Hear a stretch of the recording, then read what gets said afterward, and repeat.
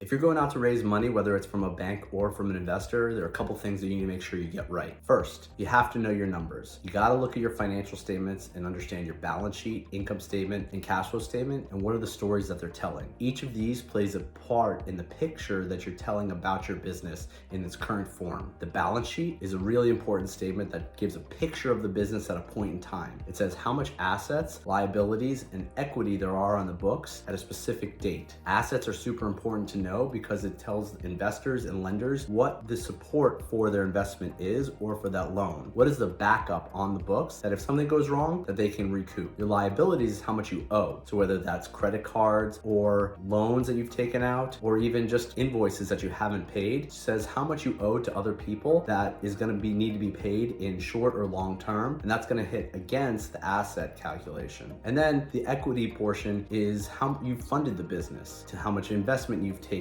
or whether you've generated it through profits over a period of time. The equity section is really important because it tells how you've funded the business over the life of the business, whether you've taken outside investment or if it's been funded through profits that have been invested over and over again into the business over a period of time. This is the complete picture from the balance sheet and gives a good understanding to outsiders of what the business looks like right now. The next statement that's really important is your income statement. The income statement is the second most important statement because it shows the trends in the business over a period of time, whether that's month to date, year to date, quarter to date, or comparable to prior periods. It shows where you're performing and the rate of the business growth or profitability over a period of time. It shows how much revenue you've earned and the costs associated with generating that revenue to get to a profit number. Now, depending on whether you're a startup or you're a lifestyle business that's scaling, you might have positive or negative income, and that could be by design. But it's really important to know what that number is so that way you can communicate effectively. Also, from the income statement, it's important to know what the path and the trend is over a period. If you're trending upward, that's a great story to tell. Or if you're trending down from a prior period or month over month, it's important to understand why so that way you can communicate effectively and then also communicate what you're going to change going forward. The third and most important statement in the trio is the cash flow statement. What this does is it shows the trend of cash inflows or outflows over a period of time and what the sources and uses of that cash were. Typically, for an indirect cash flow statement, we start with profit and make adjustments for things that weren't in the P&L or prepayments or debt payments. That shows what the sources and uses of cash were, and so we can get a picture of how the business is using the cash going forward. It's really important to understand what your financials are telling you so that way you can effectively communicate to outside parties. Like and follow for more.